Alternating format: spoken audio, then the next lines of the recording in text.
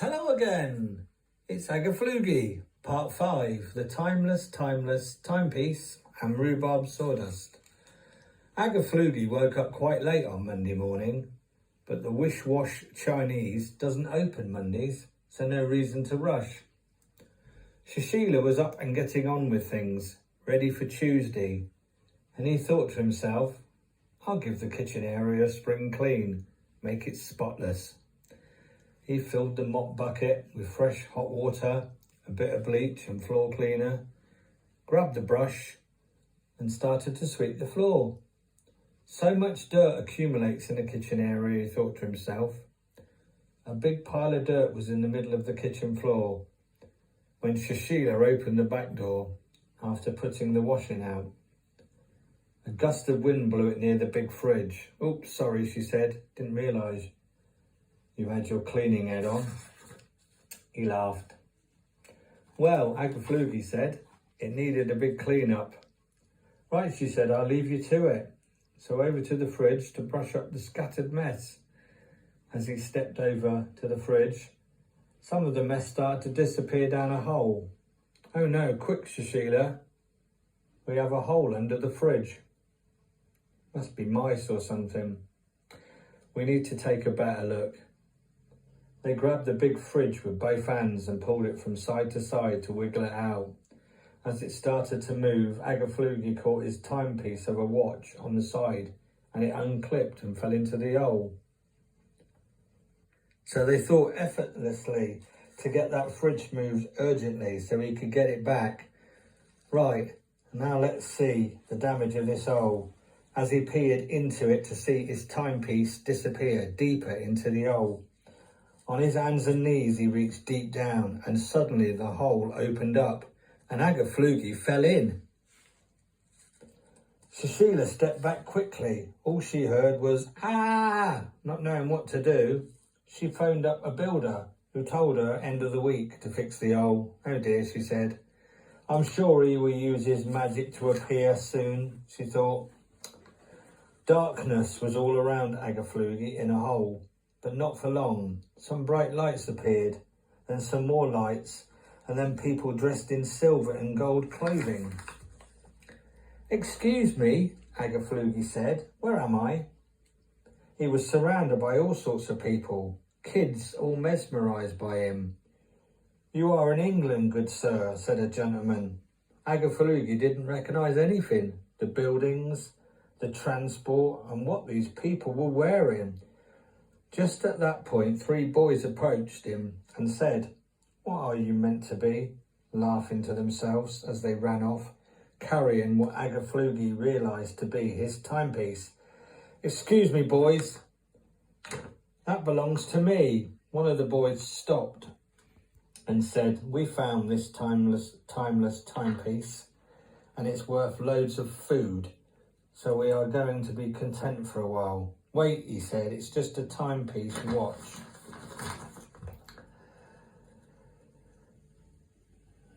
The boys stepped forward. My name is Rhubarb Sawdust and I'm known around here as a petty thief. We found it, we sell it. Look, said Agafluggy, I'll buy it back from you. I have money. Money, said Sawdust, what is that? Now things were starting to get complicated. Do you realise, said Sawdust, this is 22.28. We hand over this to someone who feeds our families for the next 6 months. That's how we get paid. 22.28? It's 2023. Well then, you must be from the past, sir. Must be going. With one grind of the teeth, I'll catch the thief. My timepiece intact. I'll get it back. The magic was useless. Here Agafluggy was years into the future, lost his timepiece, and money was no good, and how I will get back to the present time, he thought to himself.